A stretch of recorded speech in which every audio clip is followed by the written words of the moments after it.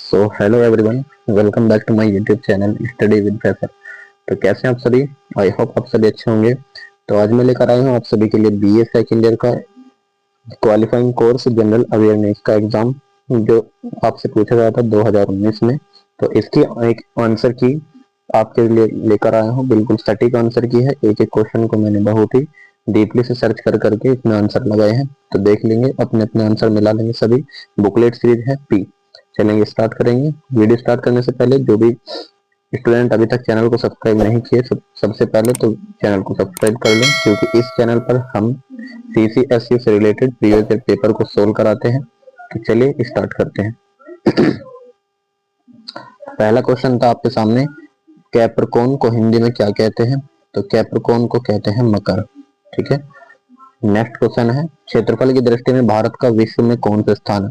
तो क्षेत्रफल की दृष्टि से भारत का विश्व में 7वां स्थान है। और अगर ये पूछा जाए जनसंख्या की दृष्टि में कौन सा स्थान है, तो अब पहला स्थान हो गया है। ठीक है। नेक्स्ट है क्वेश्चन नंबर 3, भारत के 28वें राज्य का क्या नाम है? तो भारत का जो 28वां राज्य बना है यह है आपका झारखंड। ठीक है। नेक्स्ट है, मैकमोहन रेखा किन दो देशों के बीच में है? तो मैकमोहन रेखा होती है भारत और चीन के। ठीक है। भारत और पाकिस्तान के कौन सी है? रेड क्लिफ रेखा, याद रखेंगे।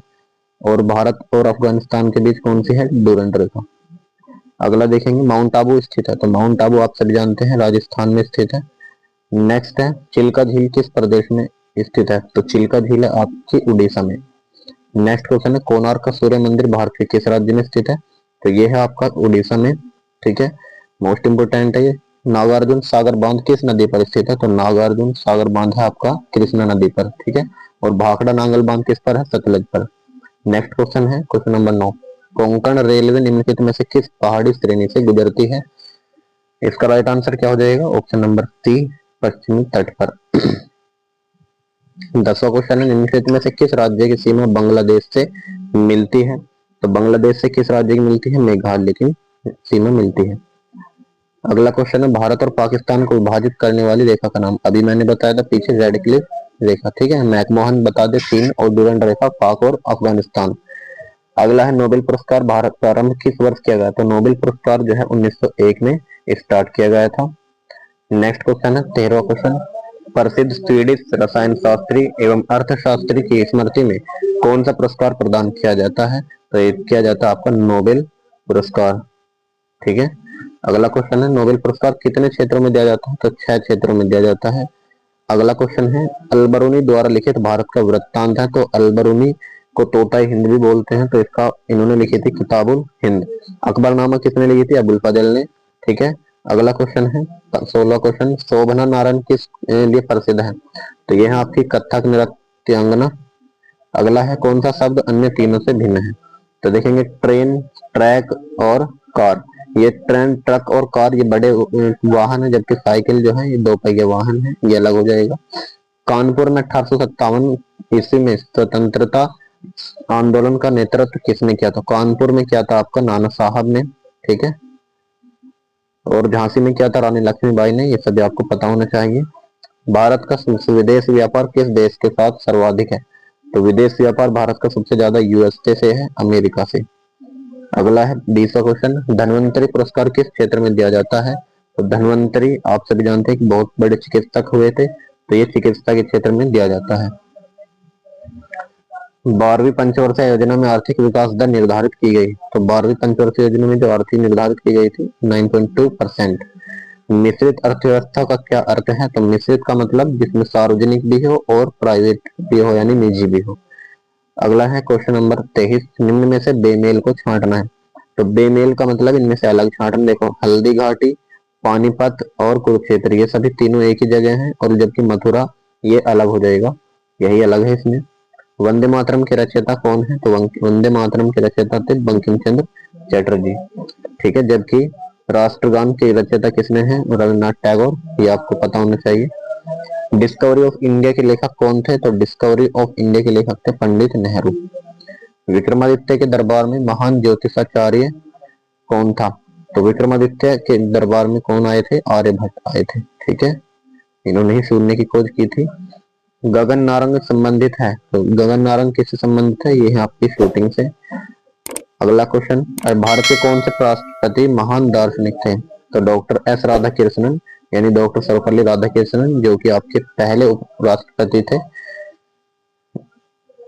संयुक्त राष्ट्र में सर्वप्रथम हिंदी में भाषणकर्ता कौन थे? तो ये हैं आपके अटल बिहारी वाजपेयी।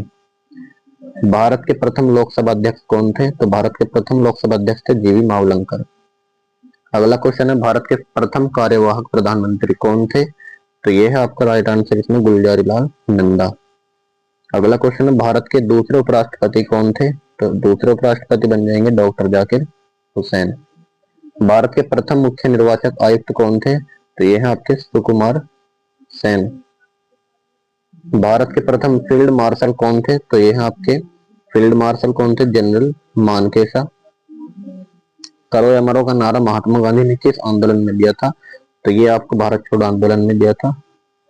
देख सकते हैं नॉर्मल से क्वेश्चन पूछे जाते हैं, ज्यादा हार्ड क्वेश्चन नहीं बनेंगे।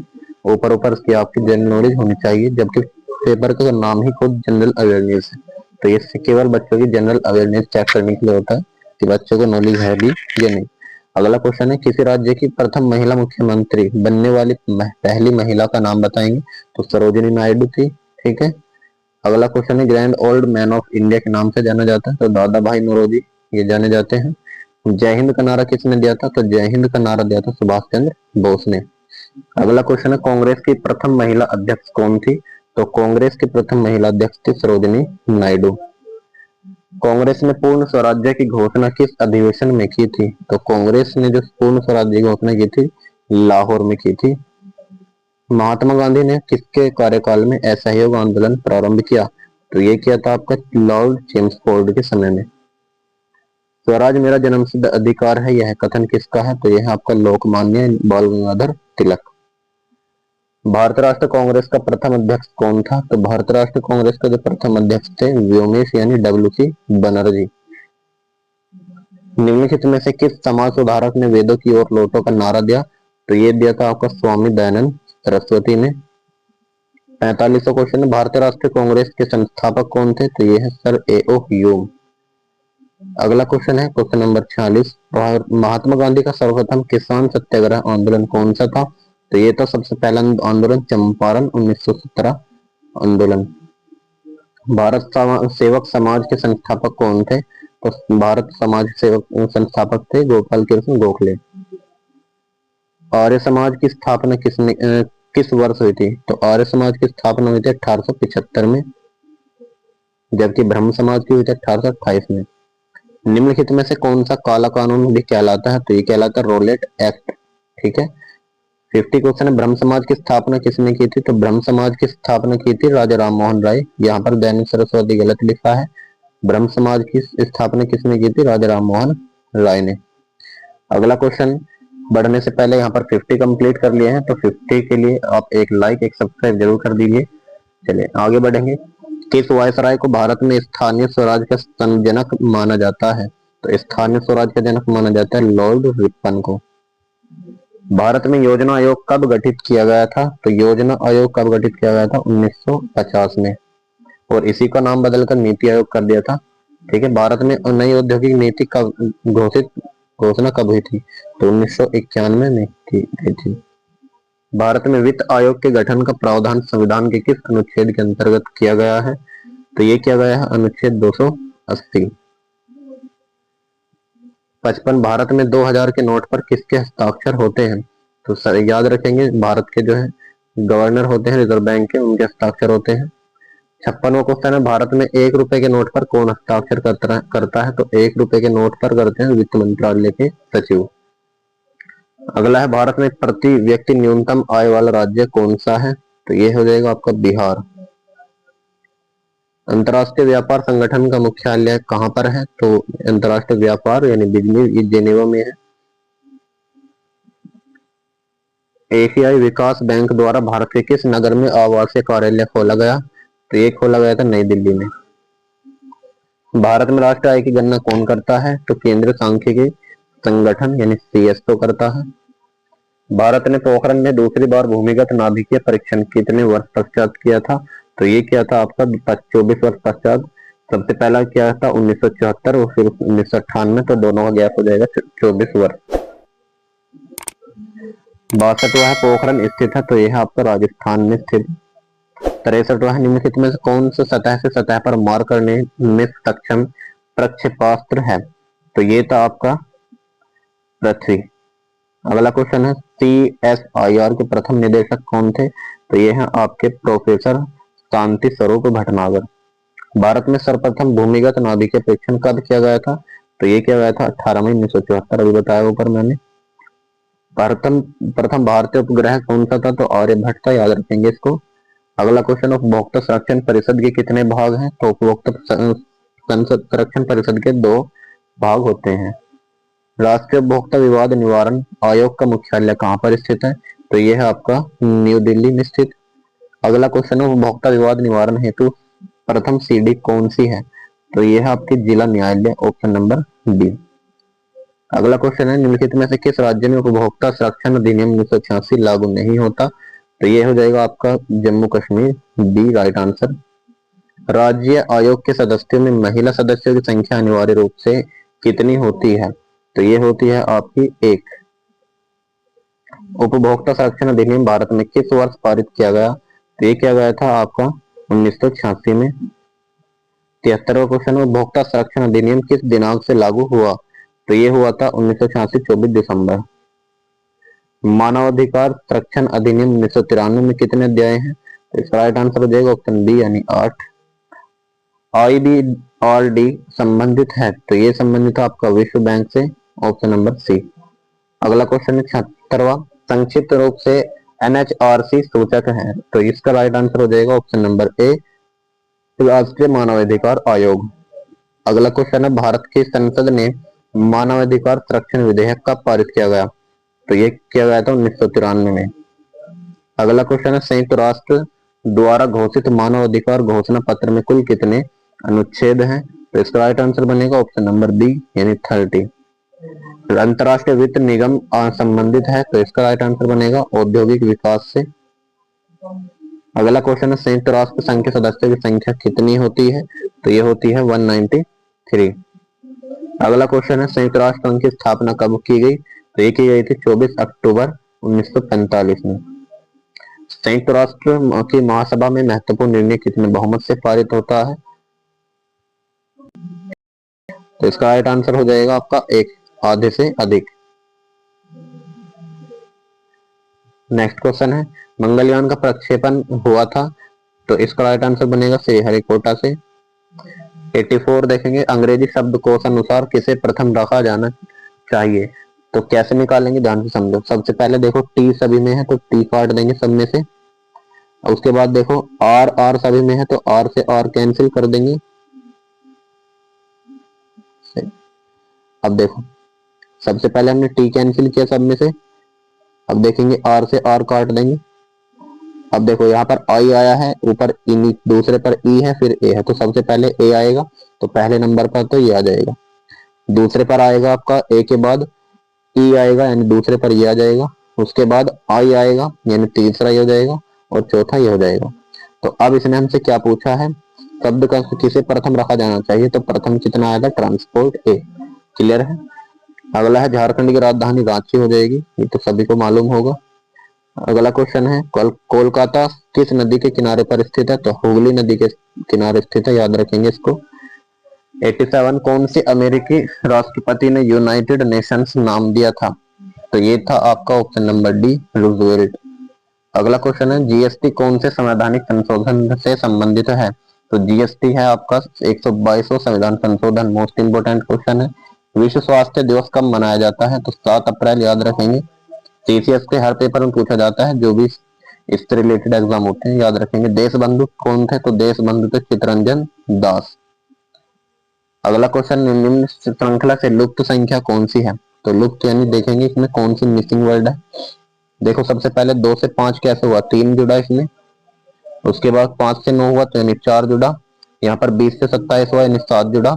इसका मतलब 3 4, उसके बाद 5 जुड़ना चाहिए, उसके बाद 6 जुड़ना चाहिए, फिर 7 आया नहीं आया। तो 9 में अगर मैं 5 जोड़ूंगा तो कितना आ जाएगा, 14 आ जाएगा। ठीक है, 9 में 5 ऐड करेंगे कितना आएगा, 14।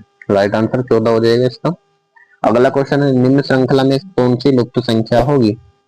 तो लुप्त संख्या बतानी है, देखो ध्यान से। 11 से 13 पर जाएंगे तो कितना ऐड करेंगे, 2 ऐड करेंगे। 13 से 17 पर जाएंगे तो 4 ऐड करेंगे। 17 से 19 पर जाएंगे फिर 2 ऐड करेंगे। 19 से 23 पर जाएंगे फिर 4 ऐड करेंगे और फिर से 2 ऐड करेंगे। तो अब की बार देखो सीरीज चल गया 2 4 2 4 2, तो अगला क्या जाएगा, 4 जुड़ेगा। तो 25 में जब 4 ऐड करेंगे आ जाएगा 29, राइट आंसर। क्लियर। अगला क्वेश्चन निम्न श्रृंखला में लुप्त संख्या कौन सी है। तो देखो लुप्त संख्या, ये 1 क्या है, 1 का वर्ग हो जाएगा। 9 क्या है, 3 का वर्ग हो जाएगा। 25 क्या है, 5 का वर्ग। 49 7 का वर्ग। तो ये 11 का वर्ग है तो इसमें आ जाएगा फिर 9 का वर्ग। तो 9 का वर्ग होता है 81। ठीक है। अगला क्वेश्चन निम्न श्रृंखला में लुप्त संख्या कौन सी है। तो इसमें लुप्त संख्या निकालेंगे। देखो 4 में कितना ऐड करेंगे, यहाँ पर 3 ऐड करेंगे। 7 में कितना ऐड करेंगे, 5। 12 में कितना ऐड करेंगे, 7। 19 में कितना ऐड करेंगे, 9। तो हो क्या रहा है, यहाँ पर देखेंगे विषम संख्या ऐड हो रही है, 3 5 7 9। तो अगली क्या हो जाएगी, 11 ऐड होगी, नहीं होगी। तो 28 में जब 11 ऐड करेंगे, 8 और 1 9 और 2 और 1 3, यानी 39 इसका राइट आंसर बन जाएगा, ऑप्शन नंबर सी। क्लियर है। मौलिक अधिकारों का उल्लेख संविधान में कहाँ हुआ था।